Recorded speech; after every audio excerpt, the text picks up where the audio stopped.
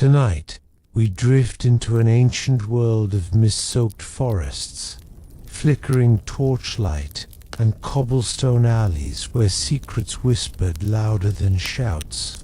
A world where one shadowy profession often romanticized was in truth full of cold waits, quiet fears, and long, lonely nights. Tonight, we explore why it truly sucked to be a medieval assassin, and how the myths differ from the quiet, hidden reality they lived.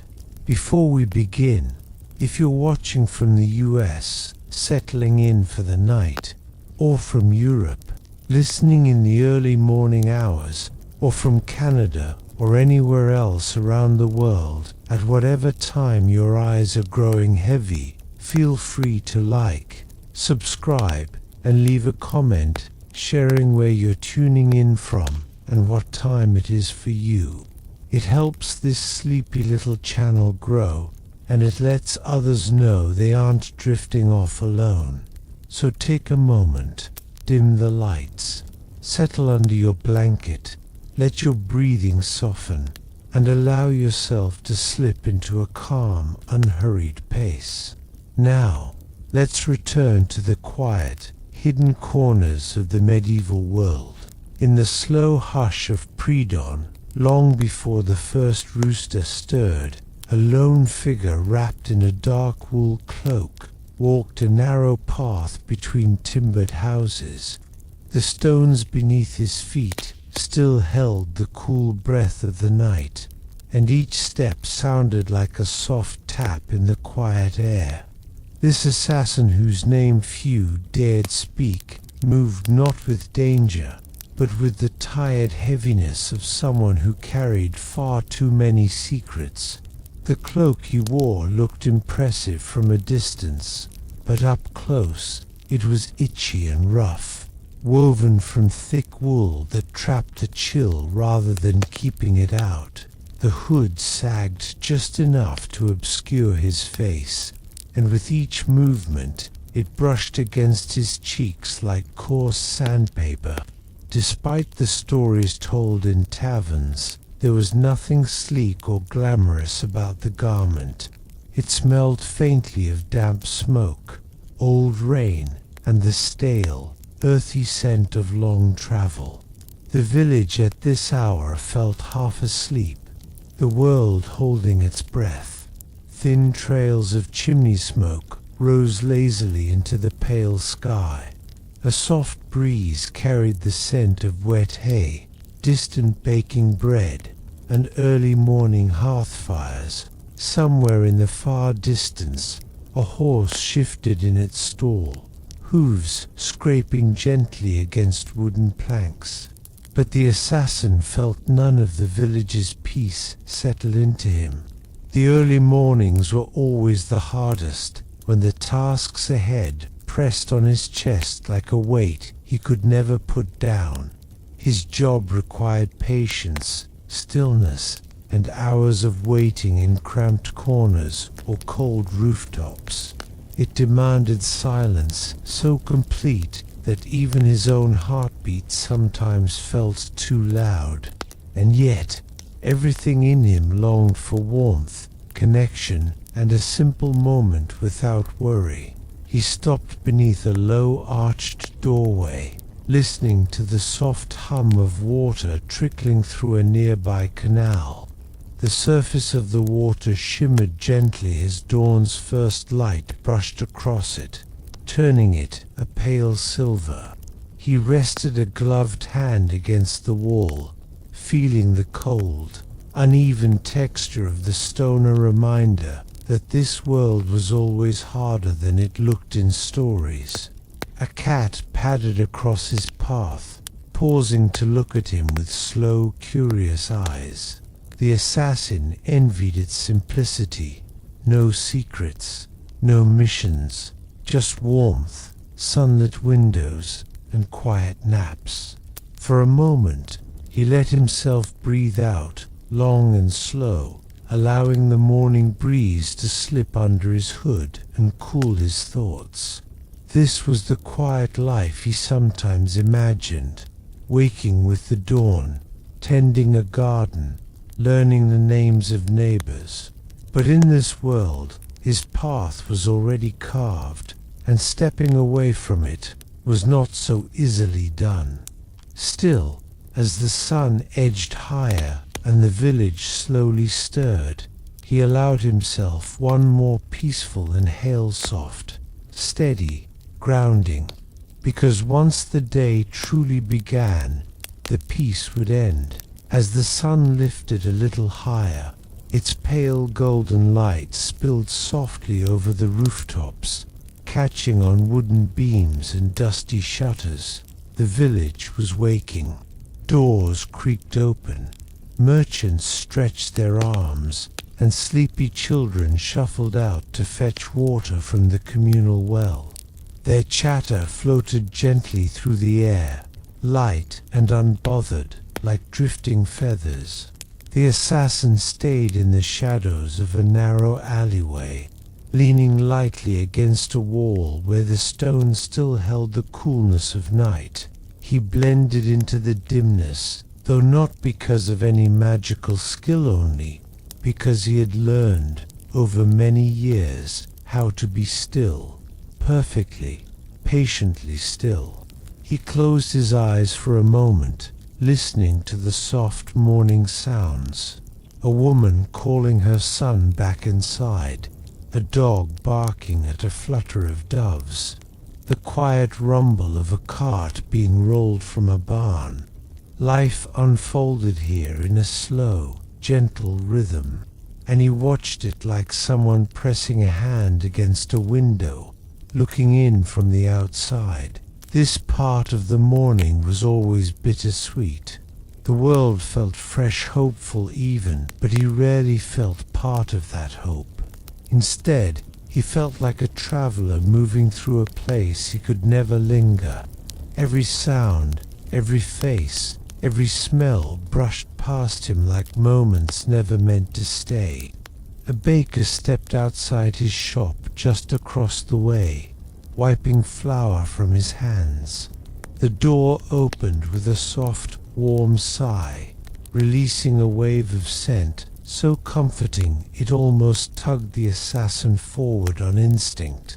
Warm dough, melting butter, and spice, cinnamon maybe, or nutmeg. He inhaled quietly, and for a brief moment he imagined what it would be like to simply walk in, buy a loaf, and sit by the river while the crust cooled in his hands. But there was always a reason he stayed in the shadows. The people passing through the square seemed unaware of him, yet he watched them with quiet attention, not with malice, not with cold calculation, simply out of necessity. Every story about his profession spoke of sharp blades and quick decisions. Beauty, the truth, was slower, subtler. It was mostly waiting, watching, blending in until he was nearly forgotten by the world. His task today wasn't urgent. No dramatic chase, no whispered deadline, just an expectation. Gather information, see who arrived by caravan in the early hours, see who left in a hurry, observe the shifting patterns of daily life. Still, even simple tasks carried tension, a constant hum beneath the ribs, the knowledge that even the smallest misstep might ripple outward, touching lives and consequences he never intended. A small girl in a patched dress skipped past him, humming softly to herself. She didn't see him at all, and that invisibility so essential to his craft felt heavy today, like a reminder of how little space he occupied in the world's memory. He shifted his weight slowly, letting the sunlight creep just a little closer to his boots. The warmth reached him like a hesitant handshake. He let it settle on his foot, then his ankle, then the edge of his cloak. A tiny step toward the day, a tiny reminder that even in a life built on shadows, morning light still found a way in. The morning continued to unfold with slow, gentle predictability, and the assassin moved deeper into the village's warren of alleyways. Here, between tall wooden buildings leaning slightly toward one another, like old friends sharing secrets, the air grew cooler and dimmer. A faint scent of moss and damp timber lingered where sunlight rarely reached. He found a quiet spot, a narrow recess between two storage sheds. Zan settled into it with practiced ease. This was the heart of his work, the part few ever spoke of. The long, uninterrupted hours of waiting. No thrill, no swift action, just patience. Quiet, steady patience. He lowered himself onto an overturned crate, the wood creaking softly beneath his weight. From here, he had a clear line of sight to the street, though hidden enough that passers-by would overlook him. The stone beneath his boots was cool, and a faint trickle of water could be heard somewhere nearby, echoing gently in the stillness. He wrapped his cloak more snugly around his shoulders. Though the sun was rising, the alley held on to the last threads of night chill. The air brushed against his cheeks like a cold whisper, carrying with it the earthy smell of damp soil and old wood. A small draught nudged the edge of his hood, lifting it just enough to expose the curve of his jaw to the light. Waiting became its own kind of meditation, one he had learned to endure and sometimes even appreciate. The world slowed around him. Horses clopped distantly. A metal pail clanged as someone set it down. A laugh drifted from a nearby courtyard, warm and unguarded. He let his breathing fall into a quiet rhythm. Inhale, hold, exhale. The minutes slipped past like falling leaves, soft and unhurried. People came and went along the street he watched, none of them aware of the silent figure tucked away in shadow. A merchant loaded goods onto a cart, stacking crates with care. Two neighbors paused to speak over a shared fence, their voices rising and falling like a gentle melody. The village blacksmith's hammer rang faintly in the distance toll, rhythmic, comforting.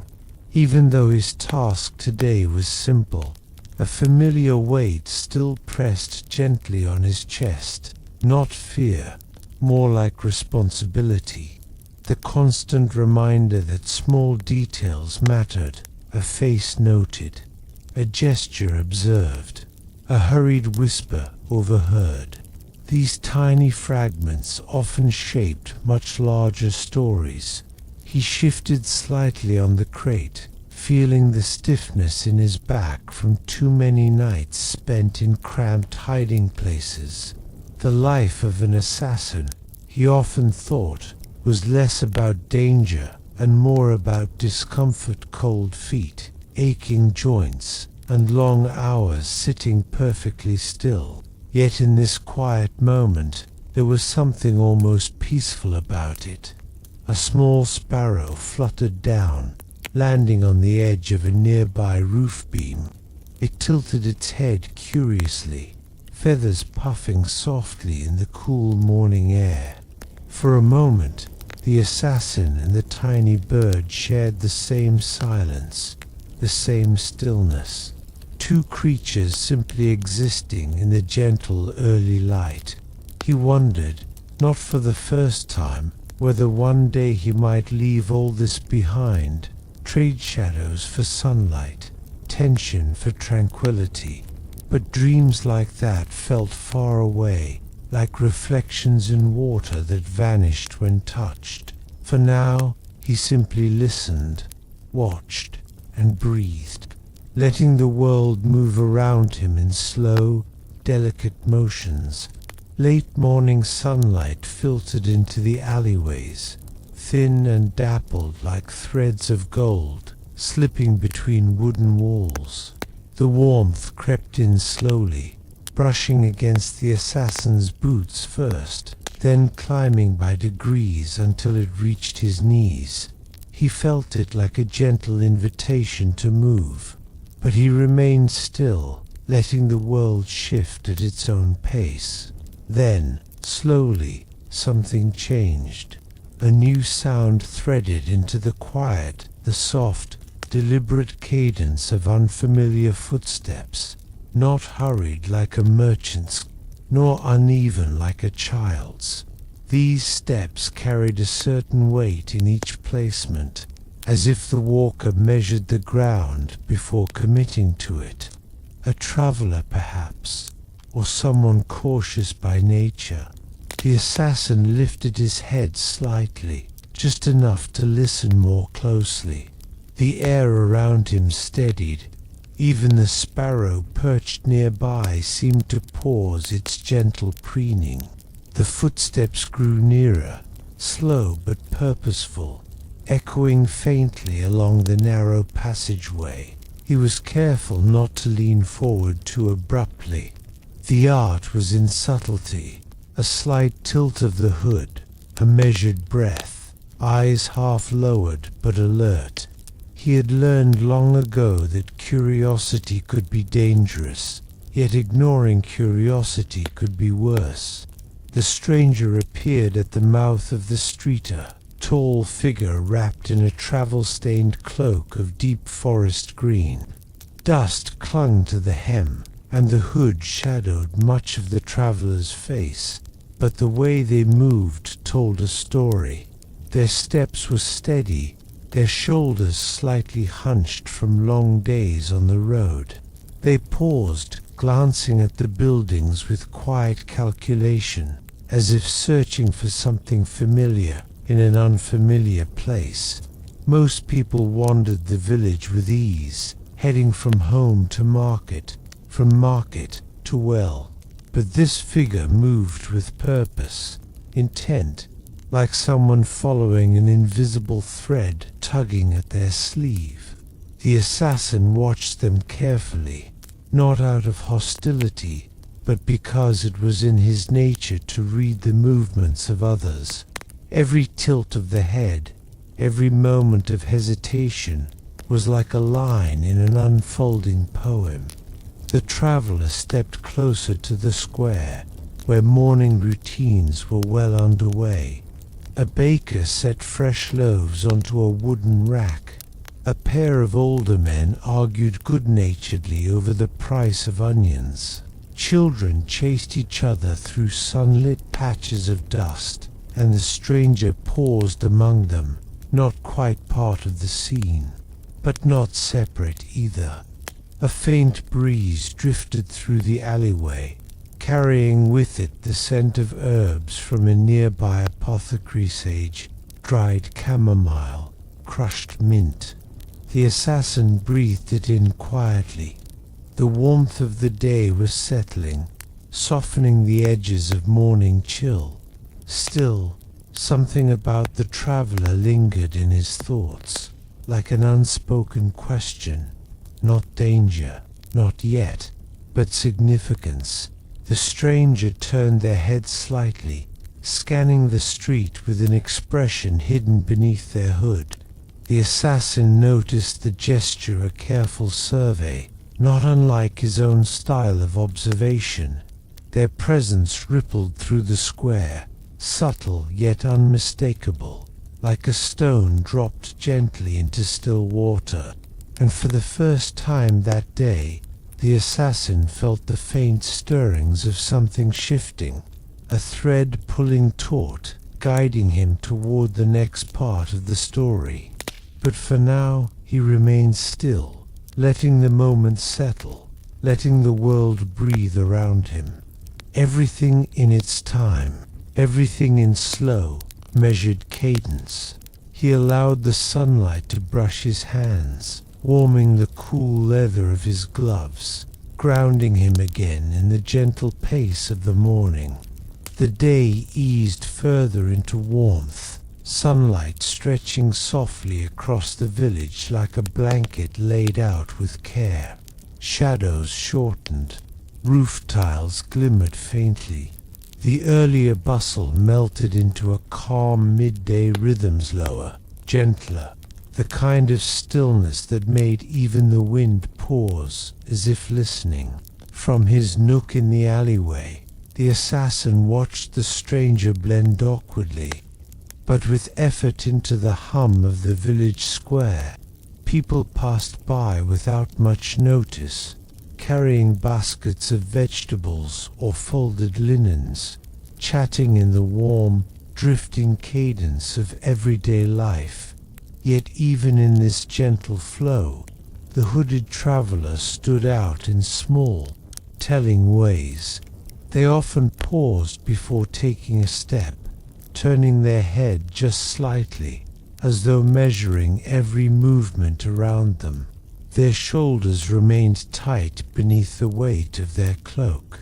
When a group of children ran past, laughing freely, the stranger shifted aside with a carefulness that felt practiced, like someone used to staying unnoticed, yet unaccustomed to such open, peaceful spaces.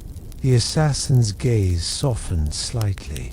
He recognized a version of himself in their movements, in the quiet way they held their breath when someone walked too close.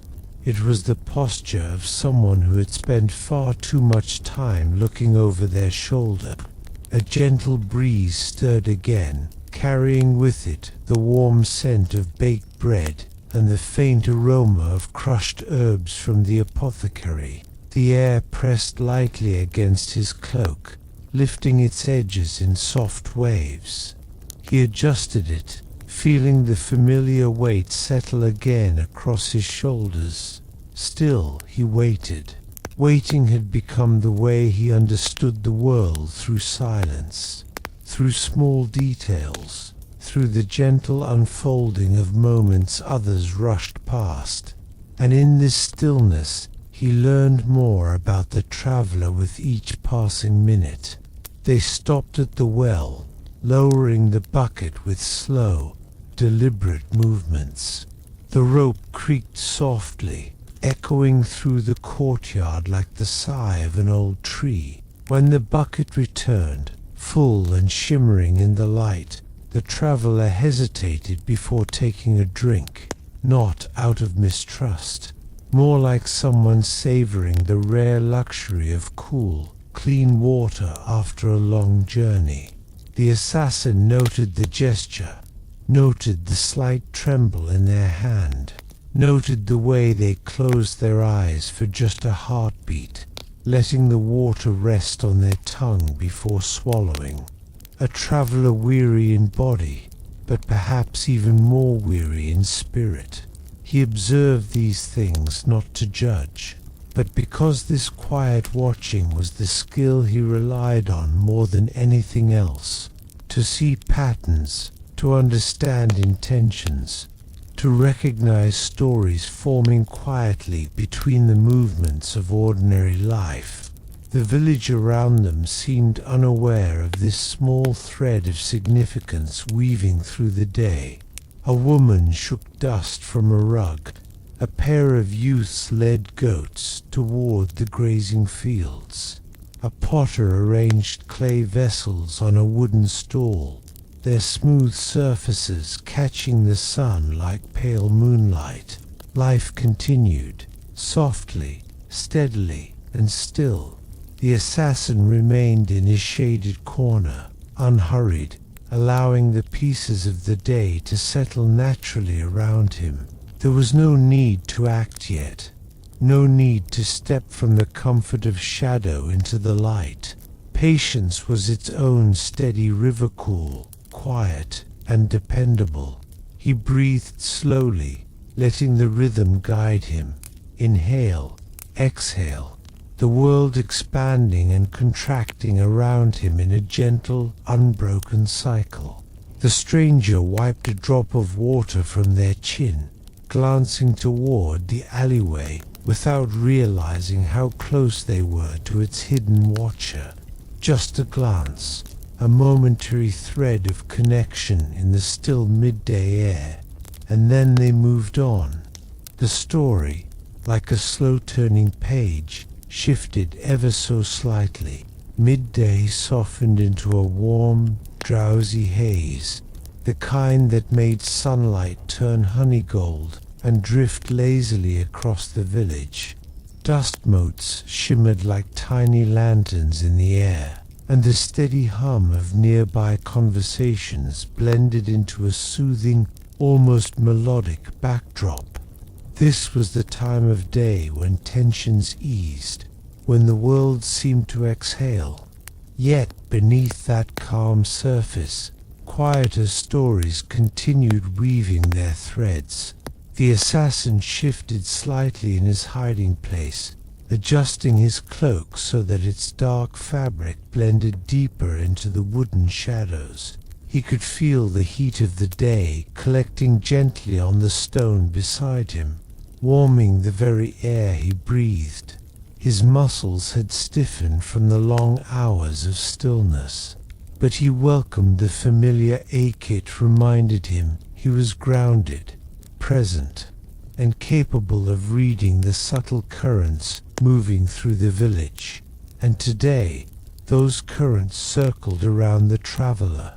Though the stranger had wandered deeper into the square, the assassin never lost track of their presence.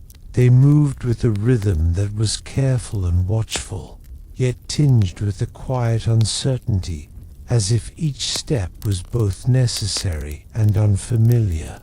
The villagers passed around them with easy warmth, but the traveler always kept a respectful, almost cautious distance. At the fruit stall, they paused again. The merchant, a round-faced man with cheeks flushed from the heat, forwarded a simple greeting. The stranger responded softly, their voice low and steady, carrying no recognizable accent, but tinged with weariness. The assassin watched their exchange unfold like a quiet play. The merchant lifted a handful of dried figs, shaking them lightly so their sweet, dusty scent drifted through the warm air. The traveler nodded, choosing only a few and paying with coins that glinted faintly in the sun, coins that did not quite match the village's usual currency. Another detail, small but telling. He leaned back slightly, letting his gaze drift to the rooftops, where wooden beams cast slender shadows across each other like interwoven fingers. A bird took flight, wings fluttering softly as it soared above the square. The gentle rustle of its feathers mingled with the distant clatter of pottery and the muted laughter of children still at play. Everything felt peaceful, but not static. The day was shifting slowly, like a tide preparing to turn. The assassin focused again on the traveler. They took a seat on a low stone bench near the well, shoulders sagging, as though finally allowing themselves a moment of rest. Their hands, slender, calloused in places, rested limply on their knees. Despite their exhaustion, there was a certain dignity in how they held themselves, a quiet resilience. The assassin recognized that too.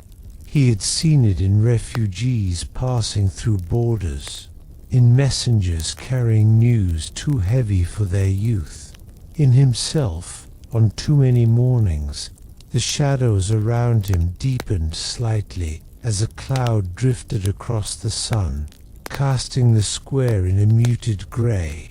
The shift in light made sounds clearer, the burbling water from the well, the soft thump of a wooden door closing, the gentle sigh of a breeze sweeping through the marketplace. He breathed it in, slow and steady, The stranger lifted their head and scanned the square again, eyes hidden but movements purposeful. They weren't looking for anyone in particular, yet they seemed to hope someone familiar might appear. Loneliness made visible, the assassin thought quietly. A rare thing to observe, and rarer still to feel unthreatened by. There was no immediate danger in them, no hint of pursuit, no signs of deception, just a story quietly unfolding, one step removed from the warmth of everyday life. But the assassin knew well that peaceful moments often preceded turning points, a calm before a needed choice, or a hidden truth. Still, he did not move from the shadows. Movement would break the fragile balance of the day. Instead, he let observation guide him, as it always had, weaving the threads of this moment into a tapestry he would eventually understand. For now, the world remained gentle, even as something beneath it continued to shift. As the sun began its slow arc toward afternoon, the village settled into an even gentler rhythm. The heat mellowed, softening into a warm, comforting glow that wrapped itself gently around stone walls and wooden beams. The sense of the day blended into a calming tapestry, fresh bread cooling on windowsills, hay warming under sunlight, the faint sweetness of dried fruit and herbs drifting lazily through the air. The assassin eased his posture, rolling his shoulders silently to work out the stiffness that had gathered there. The long hours of observation were familiar, almost meditative, but even he felt the need to stretch now and then. Still, he moved with such care that not even a bird perched nearby startled at the motion. He kept his gaze steady on the traveler. The stranger had risen from the bench and now walked slowly toward the edge of the square, where a narrow lane curved away between two houses. The lane was quiet, lined with worn stones and shaded by overhanging wooden balconies. Laundry swayed gently from windows above, white and pale blue cloth rippling softly in the breeze like serene, fluttering banners. The stranger paused at the entrance of the lane, placing a hand on the nearest wall as if steadying themselves. Their cloak shifted, revealing the faint outline of a small leather satchel slung beneath the fabric, weathered but carefully maintained.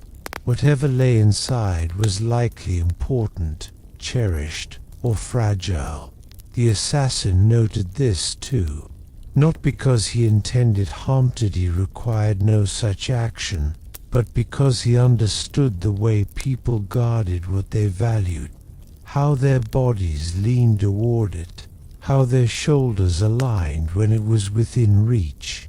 The satchel, the way the traveler protected it, told a story as quiet and meaningful as any spoken word.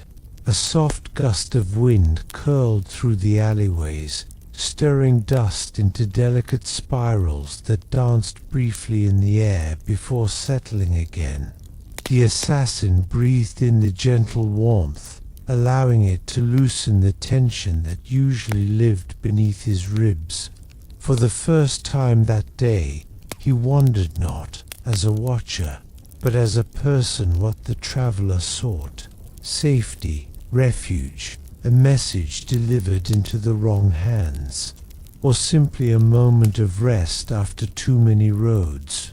The stranger stepped into the narrow lane, walking with a slightly steadier gait than before. Their cloaks swayed in long, slow arcs behind them. They brushed gently against the shadowed walls as if needing the support of something solid, something grounding. The assassin let the moment stretch into stillness. He did not follow, there was no need. Not yet. Instead, he shifted to observe the villagers' small reactions to the travelers passing. A woman carrying a basket paused, watching the stranger with a faint curiosity. A boy sitting on a doorstep glanced up, his expression open and curious, before returning to whittling a stick.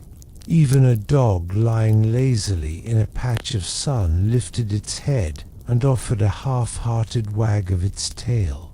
All subtle hints that the stranger did not belong. But neither did they bring unease, just mystery. The assassin stepped a little deeper into the shade, letting the dappled patterns of light and shadow paint soft shapes across his cloak. His heartbeat remained steady, calm, almost lulled by the gentle hum of afternoon life around him. A potter's wheel turned slowly nearby, its rhythmic spin creating a soothing whir. The marketplace's earlier bustle had quieted into a pleasant murmur, soft voices, the faint clink of metal, the rustle of cloth being folded. It was a tranquil hour, the kind of hour when revelations arrived softly, the kind of hour when a story began to reveal its deeper threads. He closed his eyes briefly, letting the sensation of warmth wash over him, the comfort of stillness, the slow heartbeat of the village, the promise of something gently unfolding. When he opened them again, the traveler had disappeared around the bend of the lane. The next part of the day waited quietly beyond sight. Afternoon light softened as the assassin stepped silently from his hiding place, though not far, just enough to keep the narrowing lane within the edge of his vision. The warmth of the day wrapped around him like a gentle shawl, settling over his cloak and softening the coolness that had lingered from the morning shadows. The lane into which the traveler had disappeared was calm, almost too calm. It wound through one of the older parts of the village, a place where the stones were uneven and worn, where moss grew in soft green patches along walls, and where time seemed to move at a slower, more thoughtful pace. From where he stood, the assassin could just make out the faint silhouette of the traveler moving deeper into the curve of the lane. Their steps were soft, almost uncertain, leaving no hurry in their wake. It was as if they sensed the lane's quiet nature and chose to match its slow rhythm. Above, a line of white laundry fluttered gently, creating fleeting shadows that danced across the stone. The soft cloth rustled like distant waves, adding a peaceful whisper to the air. A cat dozed on a shaded windowsill, its ears flicking now and then at the sound of passing footsteps. A pair of pigeons cooed from a rooftop, their low notes blending with the gentle hum of the village. This lane had always held a serene charm, one the assassin found strangely comforting. Though he rarely allowed himself to walk it, he had passed its entrance countless times, knowing it connected quiet homes, modest workshops, and corners where herbs grew in clay pots along windowsills. There was a calmness here that contrasted sharply with his own profession, with the restless tension that usually followed him. And perhaps that was why he lingered now, half in shadow, half in sunlight, letting the lane draw him into its slow, soothing presence. The traveler paused again, this time beside a wooden fence overgrown with climbing vines. Their hand traced lightly along the rough surface, as though grounding themselves in the texture of the world. A moment of simple contact, a moment of anchoring. The assassin watched, still as a stone, The way the traveler held themselves tired, cautious, hopeful, was beginning to form a picture in his mind. Not a threat, not an enemy, but someone seeking something lost, or something promised, or something they feared they might never find at all. He shifted just slightly, enough to ease 1 foot further into the soft warmth of the sunlit ground. He didn't approach, yet he didn't withdraw either. The balance felt right, like standing at the edge of a story that wasn't his, but which he was meant to witness.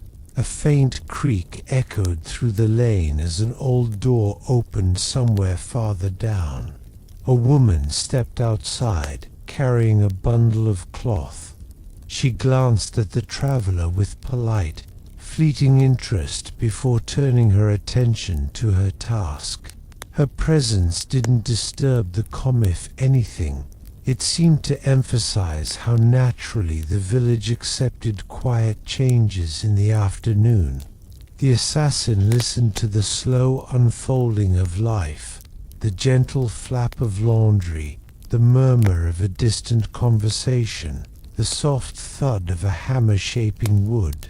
All sounds layered into a peaceful lull, as though the entire world wanted to move at half speed. And beneath all of it, a thread of quiet anticipation. The traveler moved again, disappearing behind a small bend where the lane dipped slightly. Their satchel bumped softly against their hip, the sound faint but steady in the warm air. The assassin exhaled slowly.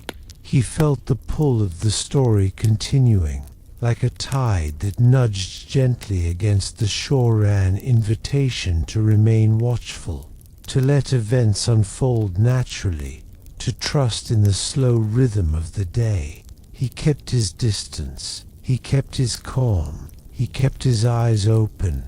The lane's secrets would reveal themselves in time, and in this peaceful hour there was no need to rush toward them. The wind had finally calmed, but the silence it left behind felt even heavier. Snow layered the ground in an unbroken sheet of white except for the single line of tracks that hadn't been there an hour earlier. Mara crouched beside them, tapping her gloved fingers against the frozen crust. "They're fresh," she whispered. "Really fresh." Jonah knelt beside her, brushing away a thin layer of powder. The shape became clearer, a boot print, heavy, wide, and deeply pressed from someone moving fast. But what made both of them exchange a look wasn't the boot itself, it was what lay next to it. A streak, thin, dark, dragged, not blood, not oil, something else entirely. Jonah leaned closer, the crystals crunching beneath his coat. "It looks like burned snow."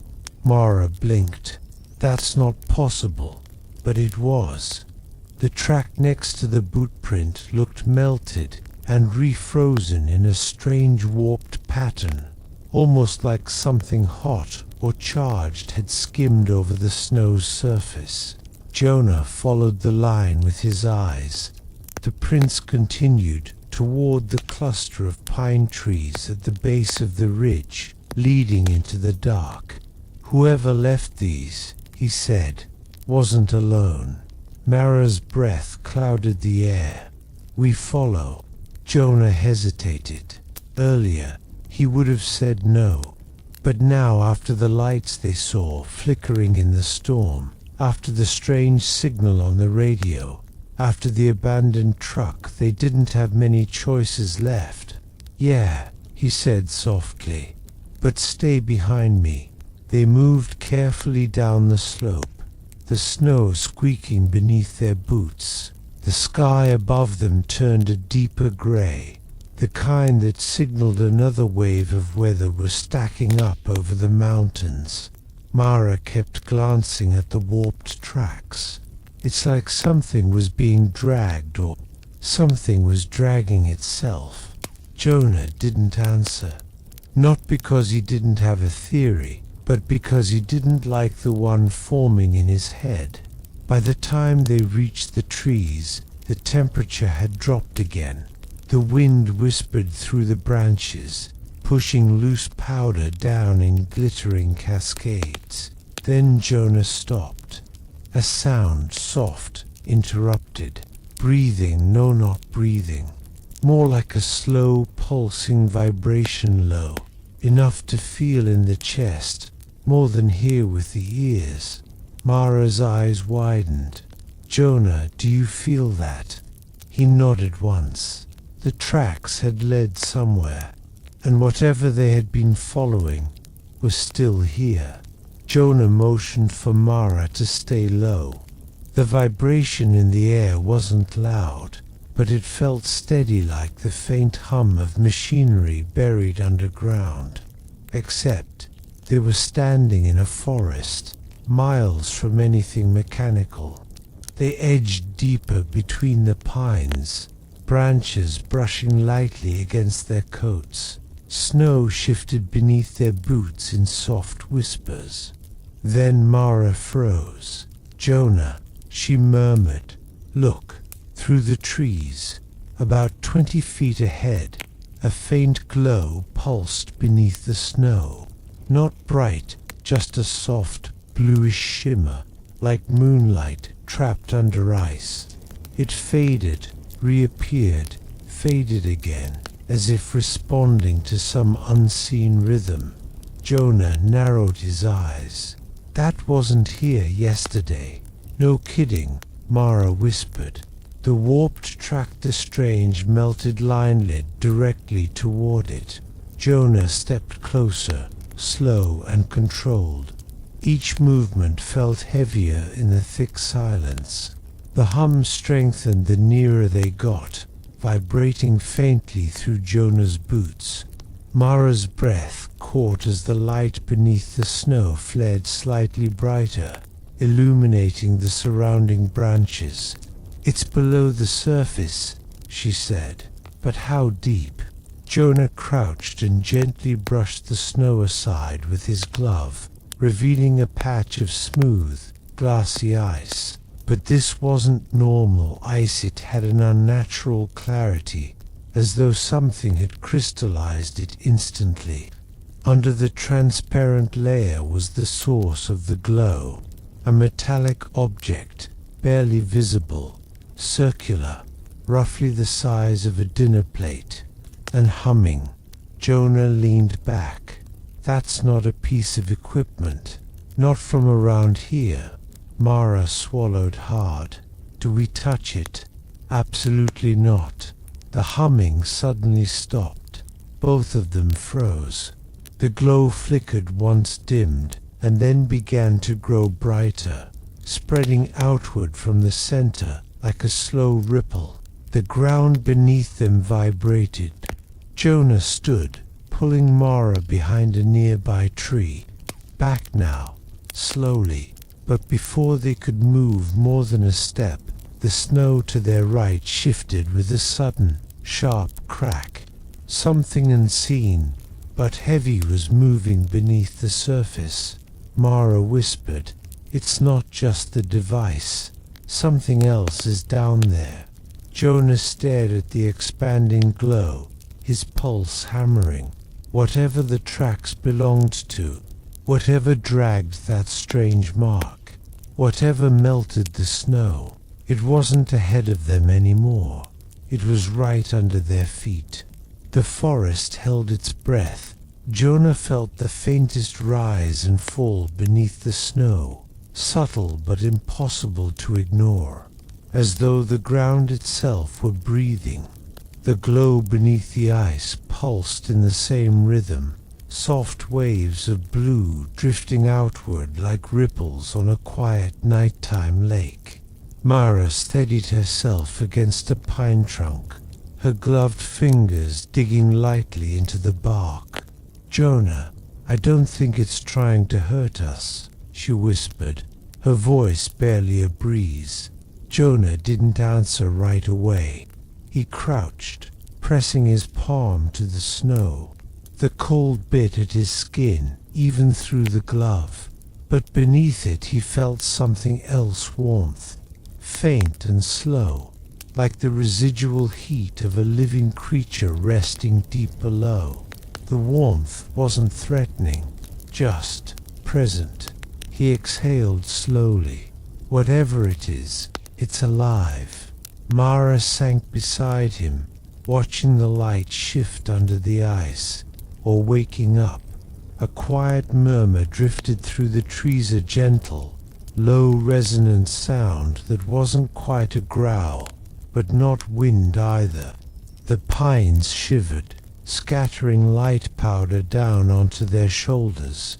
Jonah listened, trying to sense direction, but the sound came from everywhere at once, as if the whole forest were one vast instrument, humming a single, steady note. "It's communicating," Mara said, though she seemed surprised by her own words. "Jonah, it stopped humming when we touched the snow. What if it's responding to us?" He considered that. The rhythm had changed the moment he brushed the surface. Now the glow rose in a gentle cycle, almost soothing, like a deep heartbeat echoing through frost and root. Jonah nodded slowly, or observing us. A soft tremor rippled beneath them, not sharp, not frightening, more like the shifting of soil settling after a long freeze. The track they'd followed earlier, the strange melted line, seemed less like something being dragged and more like something traveling, something large, something that moved with purpose, not aggression. As the light pulsed again, a faint pattern appeared beneath the ice, delicate lines, spiraling outward like the petals of a frost flower. Mara leaned closer, mesmerized. "It's beautiful," she whispered. Jonah watched the pattern expand, symmetrical and unhurried, as if the creature or machine, or whatever rested below, was revealing itself slowly, making sure not to overwhelm the world above. He felt his heartbeat ease, matching the soft rhythm rising through the snow. In that moment, the forest no longer felt threatening. It felt attentive, listening, waiting, choosing its next breath. Jonah looked at Mara. "We're not in danger right now. Let's stay still. Watch. See what it wants to show us." A gentle wind stirred through the branches, carrying the scent of pine and distant water. The glow beneath them settled into a steady, peaceful radiance, bright enough to cast faint blue shadows across the snow. Whatever lay beneath was no longer hiding. It was introducing itself. A hush settled over the clearing, thicker and softer than snowfall. Jonah and Mara remained still, letting the quiet shape itself around them. The glow beneath the ice grew steadier, gentler, no longer pulsing in confusion, but smoothing into a calm, rhythmic radiance. The pattern they'd glimpsed before widened gradually, like frost unfurling across a window pane. Curving lines braided into one another, each shimmering with a faint inner light. The shapes were mesmerizing, organic, fluid, almost like the spread of delicate roots beneath crystal water. Mara exhaled softly. "It's almost like it's thinking." Jonah nodded. "Or dreaming." The vibrations under their feet changed, settling into a low velvety hum that resonated through the trunks of the pines. It wasn't threatening. If anything, it was reassuring, an ancient, grounded sound, like the deep contentment of something very old, stretching after a long rest. Jonah stepped a little closer, slow and respectful. The glow responded, brightening just enough to acknowledge the movement. It wasn't random. Whatever lay below was aware of them. Mara joined him, her breath fogging softly in the chilled air. "Do you think it's been here a long time?" "Feels like it," Jonah murmured. "Maybe longer than us, longer than the town, longer than the stories anyone still remembers." The lines beneath the ice shifted again this time, forming what looked almost like concentric circles, expanding outward with gentle precision. It reminded Mara of ripples on still water after a pebble's fall. But here, the ripple came from within, not above. The glow washed outward across the snowfield, illuminating the lower branches of the trees. Shadows stretched calm and slow, moving like drifting silk. Jonah felt a strange sense of peace settle in his chest. Not understanding, he still had no explanation but acceptance, a feeling that he and Mara were witnesses to something that rarely woke, rarely revealed itself, and meant no harm in this moment. "Maybe," Mara whispered, "it's been waiting for someone to listen." The hum softened further, almost like an agreement. Around them, the forest seemed to lean in. The sigh of the wind quieted. The rustling branches eased. Even the distant creak of frozen wood stilled, as though everything wanted to hear the story the earth was trying to tell. The glow shifted once more, and from deep beneath the ice a faint shape began to emerge, still blurred, still distant, but slowly taking form, not rising to the surface, not breaking through, just clarifying itself the way a memory does when the mind becomes calm enough to receive it. Jonah steadied his breath. Whatever this was, it wasn't just alive, it was aware, and it was choosing to share something, something old, something patient, something meant to be approached with quiet respect. He glanced at Mara. "Let's keep watching. It's telling us its story, piece by piece." And the glow answered, shimmering like a soft promise. The glow beneath the ice deepened, turning from pale blue to a warmer, almost silvery hue. It spread slowly, like dawn rising across a frozen field. Jonah and Mara watched in stillness, wrapped in the quiet that only deep winter could offer, soft, patient, unhurried.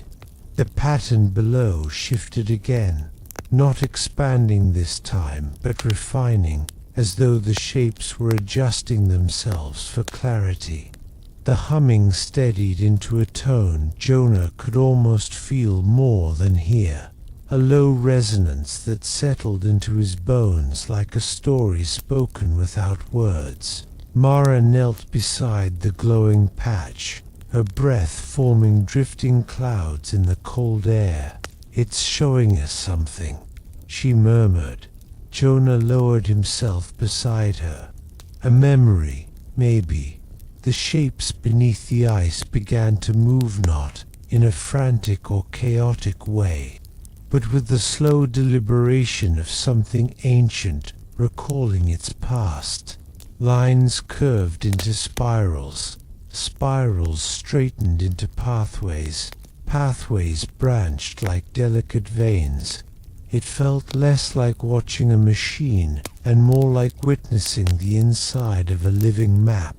A faint shimmer rose from the ice, not breaking the surface, just lifting enough to cast faint silhouettes upward. The forest around them reflected the shifting light, each tree seeming to glow faintly at its base. "What does it mean?" Mara asked softly. Jonah studied the forming images. He could see what looked like contours, valleys, ridges, shapes that mirrored the land around them. "It's this place," he said quietly. A long time ago. Mara's eyes widened as the glowing map shifted again, the shapes adjusting into something older, untouched by roads or houses. The forest appeared larger, denser. Rivers carved different routes. The clearing they stood in now was once deeper, darker, almost sacred in its isolation. "It's showing us the land before people changed it," Mara whispered, "like it remembers everything." The hum deepened slightly, not in warning but in clarity. Jonah felt a wave of warmth pulse through the ground, not hot, just comforting, like the fleeting heat of a sunbeam on a winter day. The forest responded. The branches above rustled in a gentle shiver, the sound soft as brushed silk. Snow crystals drifted down in slow spirals, catching the silver glow as they fell. It felt, for a moment, like the entire clearing was breathing with the same quiet rhythm. Jonah watched the map transition through time, the shapes shifting and settling. It wasn't linear, more like fragments of memory rising to the surface, guided by something that had observed countless winters, countless thawings, quiet nights like this one. "It's peaceful," Mara said, almost in awe. Jonah nodded. "Whatever it is, it's not here to harm. It's remembering and letting us see, like it wants us to understand the old world beneath the newer one." The glow softened again, fading to its earlier gentle pulses, though the memory had been shared, and now the forest exhaled a long, restful sigh. Jonah felt it too, a sense of calm, of being trusted with something fragile, a story older than either of them, a presence older than the town, something patient, listening, and alive in its own quiet way. He placed his hand gently on the snow, in quiet acknowledgement. The ground hummed back soft, warm, grateful. The glow beneath the snow settled into a steady, soft shimmer, no longer shifting through memories or reshaping the land before their eyes. It rested there quiet, patient, as though it had shared all it wished to show for now. The forest responded in kind, easing into a deeper stillness, a kind of reverent calm that felt older than the cold. Jonah rose slowly, brushing snow off his knees. His movements felt unhurried, as if the hum from the earth had worked its way through his heartbeat and brought it into a gentler rhythm.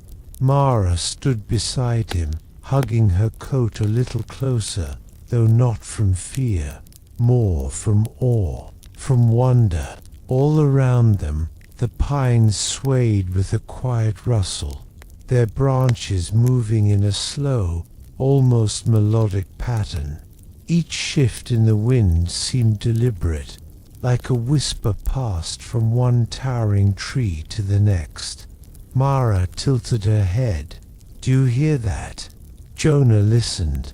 Not the hum beneath the snow that had quieted. This sound came from above, weaving through the branches. A soft, layered murmur, like many voices speaking at once in a language too old for words. "I do," he whispered. "It's responding." A breeze drifted through the clearing, carrying the faint scent of pine, resin, and cold earth.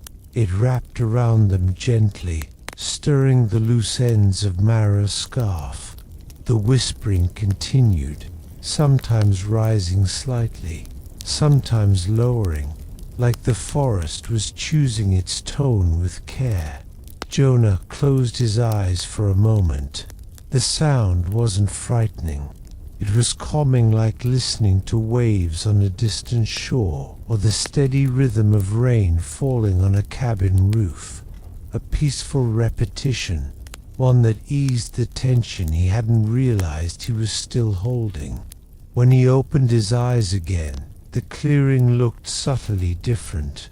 Nothing dramatic, nothing supernatural or startling, just clearer.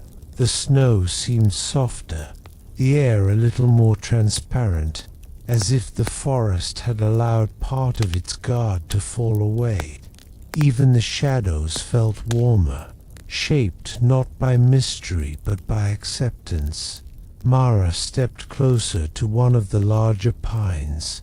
She laid her gloved hand against its rough bark, feeling the aged grooves beneath her palm. It feels like it's been waiting for someone to listen, maybe for a very long time. Jonah nodded, joining her. It's been alone out here. Whatever's beneath us, whatever the forest remembers, they've been holding these memories with no one to share them with. The tree didn't move, not in any unnatural way, but there was a sense of acknowledgement, as if the forest recognized the contact. The whispering shifted softly, like a sigh of relief. Mara smiled. The pines, they sound different now. Jonah listened again. The murmurs had become gentler, smoother, less like many voices, and more like one steady breath moving through countless branches. It was peaceful, embracing, like a lullaby spun from the wind itself. He exhaled slowly, letting warmth fill his chest despite the winter air. "This place isn't trying to scare us," he said softly. "It's welcoming us." The glow beneath the snow flickered once, faint but warm, almost like a small nod of agreement from the unseen presence below. In that moment, the forest didn't feel ancient or eerie or unknowable. It felt alive and calm and aware of them in the kindest possible way. Jonah and Mara stood shoulder to shoulder, wrapped in the quiet music of the trees, letting the winter night settle around them like a soft blanket. Whatever came next, the forest seemed ready to guide them slowly, gently, patiently. The soft whispering through the pines continued, drifting like a quiet melody woven by the night itself. Jonah and Mara stood in stillness for a while, letting the calm settle deeper into their bones. The forest no longer felt mysterious or unfamiliar, just thoughtful, like an old friend speaking slowly in a language of wind and light. Then Jonah noticed something subtle in the snow. A faint trail, barely more than an indentation, curved out of the clearing and into the trees. Not sharp like boot prints, not rough like animal tracks. This was smooth, gentle, as if made by something gliding slowly across the surface when the snow was fresh. Mara saw it too. "That wasn't there when we arrived." Jonah nodded. "No." The ground was untouched. The trail shimmered faintly under the glow still pulsing beneath the ice. It wasn't a bright shimmer, just a soft guiding sheen, as though the snow itself reflected a memory of the light below. Mara took a quiet breath. "It wants us to follow." Jonah didn't disagree. The forest had shifted, accepting them, and now it seemed to be showing them a way forward, not urgent, not demanding, simply offering. He stepped toward the beginning of the path. As he approached, a gentle breeze drifted between the trees, brushing past him with a subtle warmth that felt almost like encouragement. Mara followed at his side, her steps slow and careful. The trail wound between tall pines, whose trunks rose like pillars in a vast, peaceful hall. Their branches arched overhead, forming a natural canopy that filtered the moonlight into soft, silvery patches. The deeper they walked, the more the air changed. It felt warmer, not by much, but enough that Jonah unzipped the top of his coat just a little. The scent of pine thickened, mingling with something faintly sweet, like distant wildflowers preserved beneath the snow. "It feels safe," Mara said quietly. Jonah agreed. The forest didn't press on them. It didn't loom or crowd. It simply guided, letting them choose each step while still gently shaping their direction. As they walked, the faint shimmer along the path grew a touch brighter. Sometimes it drifted ahead of them, almost like the remnants of a soft glow left behind by whatever carved the trail long ago. "Do you think the thing beneath the snow moved this way?" Mara asked. "Maybe," Jonah replied softly. "Or maybe the land remembers its movement, like a trace left behind." The path wound slowly, never sharply, guiding them toward a dip in the terrain. Snow-draped boulders appeared here and there, their surfaces smooth and rounded from centuries of weather. Small puffs of wind slipped through the branches overhead, creating waves of gentle sound that seemed to echo the trail's rhythm. Before long, they reached a small clearing, far smaller than the first one, shaped almost like a cradle formed naturally by the land.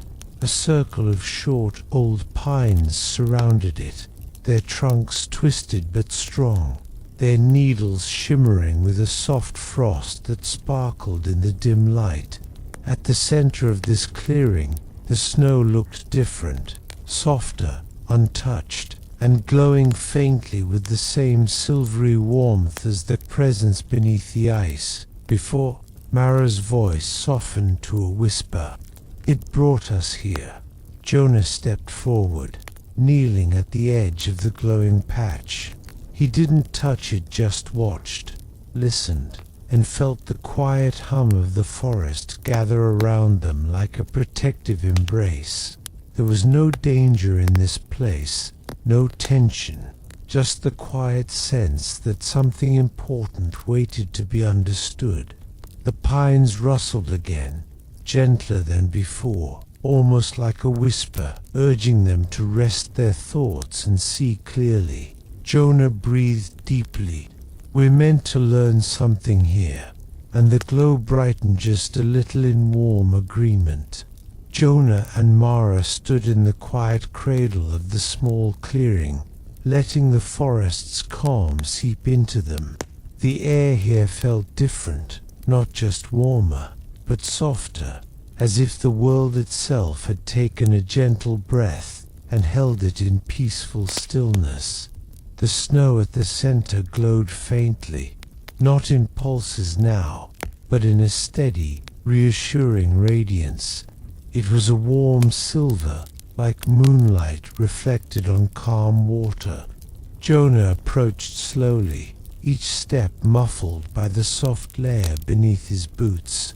When he reached the edge, he knelt again, resting one hand on his knee, while the other hovered an inch above the snow's surface. "I can feel it," he murmured, "not heat, just presence."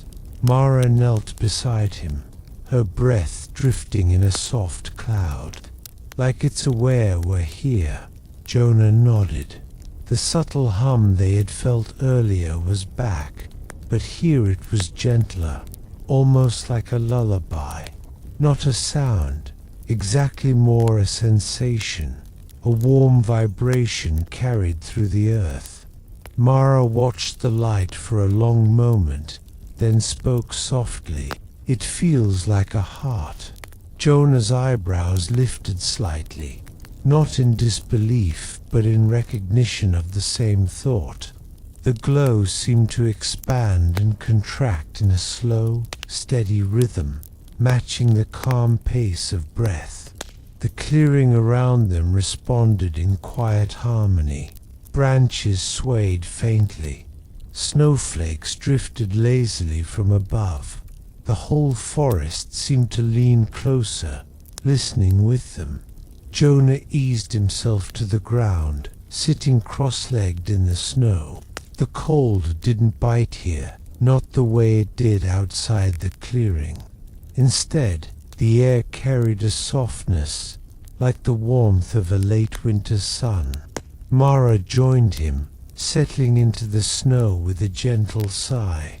It felt safe, unexpectedly safe, to sit here, like the forest had made a small sanctuary for them. For a while, they said nothing. Silence, after all, was its own kind of communication in a place like this.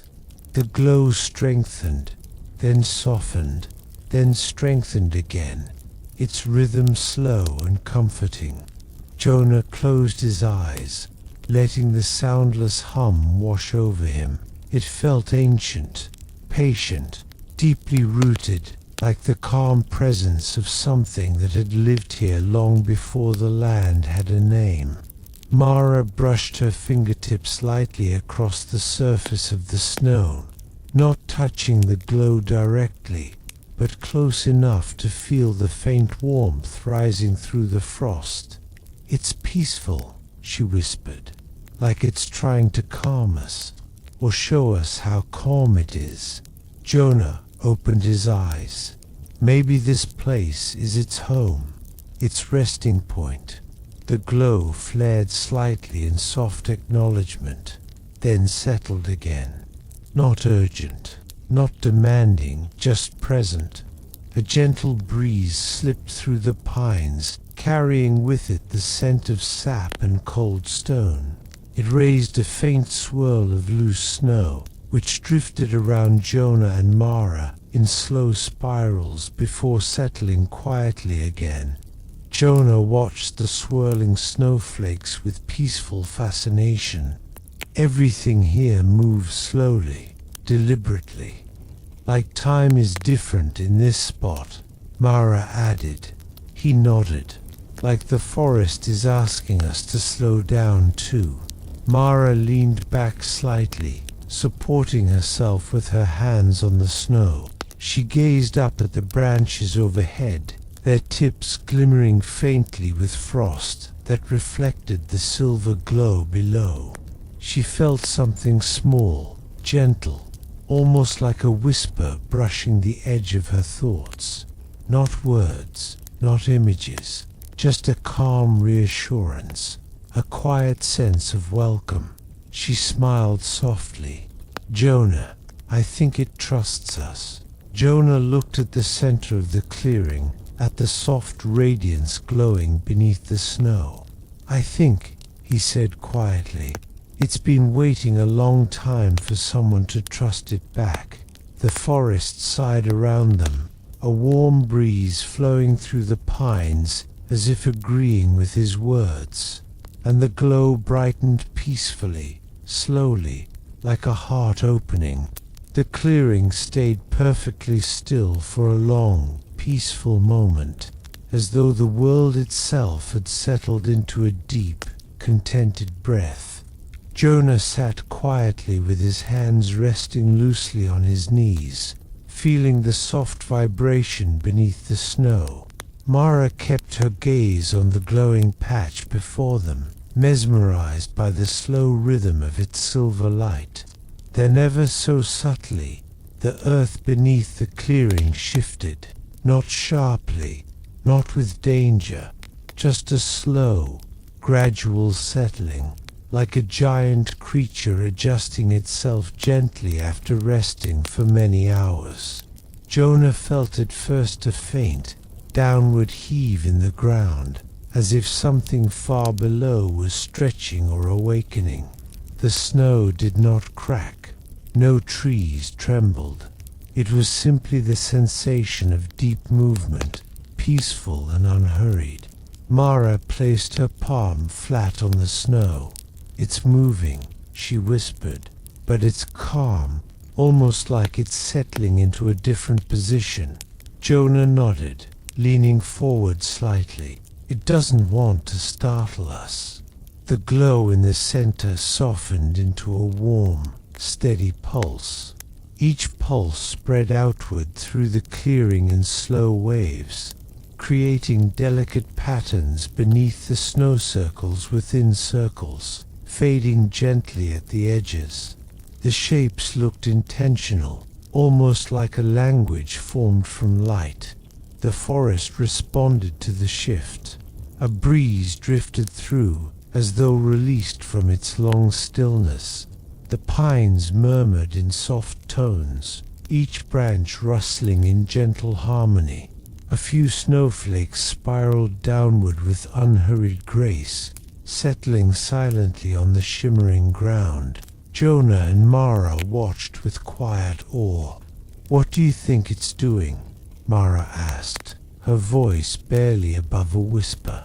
"Showing us it's alive," Jonah replied softly, "and maybe showing that it's aware of us." The hum beneath them deepened, slightly not louder, but fuller, like a soft chord played through the earth. It resonated gently, filling the clearing with a warmth that eased the chill from the air. Mara closed her eyes for a moment, feeling the vibration move through her palms. "It doesn't feel afraid or defensive." "No," Jonah agreed. "It feels welcoming, like it's glad we stayed." Another slow shift moved beneath the snow, this one rising upward just enough to make the ground lift a fraction of an inch before settling back down. The glow brightened in response, then softened again, following its familiar calm rhythm. Mara opened her eyes. "Do you think it's trying to communicate?" Jonah thought for a moment. "Maybe not the way we think of communication, more like sharing a feeling, letting us know it's here, letting us feel its presence." Mara nodded slowly. "A quiet kind of conversation." Jonah smiled faintly. "Exactly." The clearing grew warmer still, not hot, but gently temperate, as though the glow carried a memory of spring hidden beneath the winter snow. The pines swayed softly, their murmurs lowering into a peaceful whisper that reminded Jonah of a lullaby his grandmother used to hum when he was young. Mara hugged her coat around herself, not from cold but from comfort. "It feels like it wants us to rest." Jonah looked around.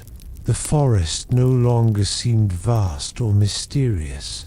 Instead, it felt like a protected space, shaped carefully by time and rooted deeply in something benevolent. He whispered, "Maybe this is the heart of the forest."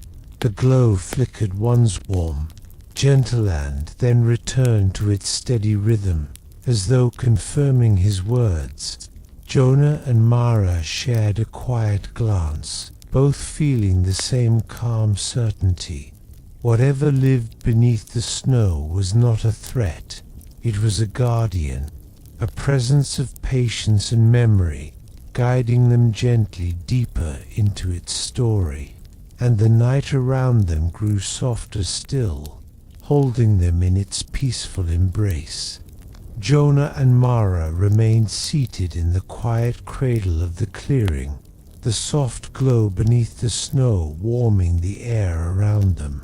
Everything felt unhurried, each breath, each sound in the forest, each drifting snowflake moving with a kind of deliberate calm that made time itself seem slower. Then Jonah noticed something new, a faint shimmer in the air above the glowing center, gentle and translucent, like heat haze rising from a sun-touched stone. It wavered softly, lifting no more than a few inches above the snow, before dissolving back into the night air. Mara leaned forward. "Did you see that?" Jonah nodded. "It's some kind of projection or reflection." The shimmer appeared again, this time broader, moving with a slow, rhythmic sweep. It didn't form shapes, not yet, but the way the air bent and gleamed made it clear that something was trying to surface, not physically, not with force, just revealing itself in a patient, ancient way. The hum beneath them deepened by a shade, resonating through the clearing with a soothing warmth. The shimmer brightened, and within it, faint lines began to appear, soft, drifting lines like smoke illuminated by moonlight. Jonah held his breath. The lines curled and twisted, forming arcs, loops, spirals, patterns, so fluid they seemed to have been drawn by water rather than light.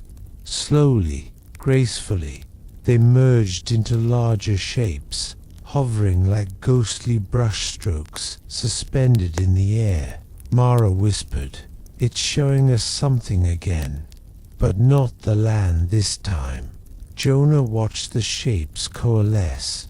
They felt older than anything they had seen, older than the forest, older than the ground below.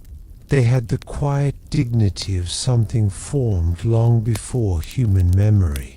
"It's history," Jonah murmured, "its own history." The shapes drifted in slow circles above the snow, each movement matched by a whisper of wind through the pines, as though the forest itself recognized the story being told. The shimmer expanded slightly, and the spirals connected into what looked like pathways, smooth, gentle lines that branched and curved like the flow of rivers across an untouched world. "These aren't natural formations," Mara said softly. "They look built, designed." Jonah nodded. "Like the tracks we followed earlier." The projection shifted again, the lines rearranging into a vast network, interwoven paths and soft glowing junctions. Some lines faded, replaced by new ones, like the slow breathing of an ancient memory rising and falling. The hum softened, becoming steadier, calmer, inviting Jonah and Mara to lean closer. Mara did. "It's showing us where it moved, where it lived." Jonah closed his eyes for a moment and listened it with his ears, but with the quiet sense that the forest was speaking through feeling instead of words. "What if," he whispered, "this presence has been wandering beneath the earth for centuries, maybe longer, not in fear, not hiding, just traveling, learning, sleeping, waking, remembering." The glow pulsed warmly beneath the snow, as though the earth agreed. The projection shifted once more, circles collapsing gently into spirals, spirals into single curving lines, like the memory of a long journey narrowing to a single thread. Mara watched with wide, calm eyes. "It's alone," she murmured. Or it was.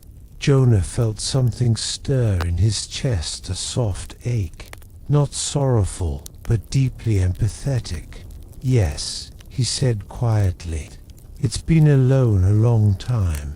The shimmer dimmed gently, then dissolved into the air like mist clearing at dawn. The glow beneath the snow returned to its steady rhythm.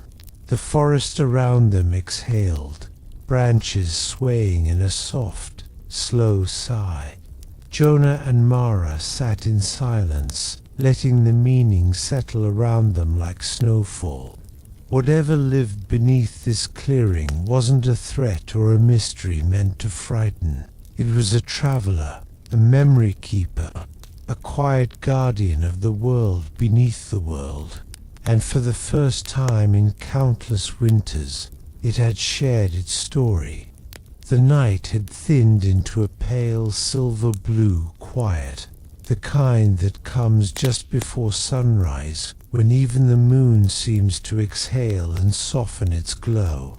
Idrun walked slowly along the narrow woodland path, every step gentle, as though the earth beneath him were something fragile, alive, and listening.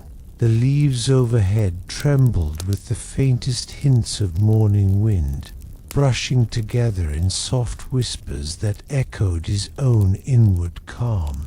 He moved without urgency now. No mission tugged at him. No distant bell signaled danger or demand. Instead, there was only the steady rhythm of his footsteps, the cool air on his cheeks, and the deep, settling peace that came from knowing he had made it through each trial, some harsh, some humbling, all teaching him to soften rather than harden. As he reached the crest of a small hill, the horizon opened before him, brushed with strokes of pink and gentle gold. A thin mist lay across the valleys, drifting lazily, catching the first rays of dawn, as though wrapping the world in silk. Idrun paused there, letting the scene sink into him.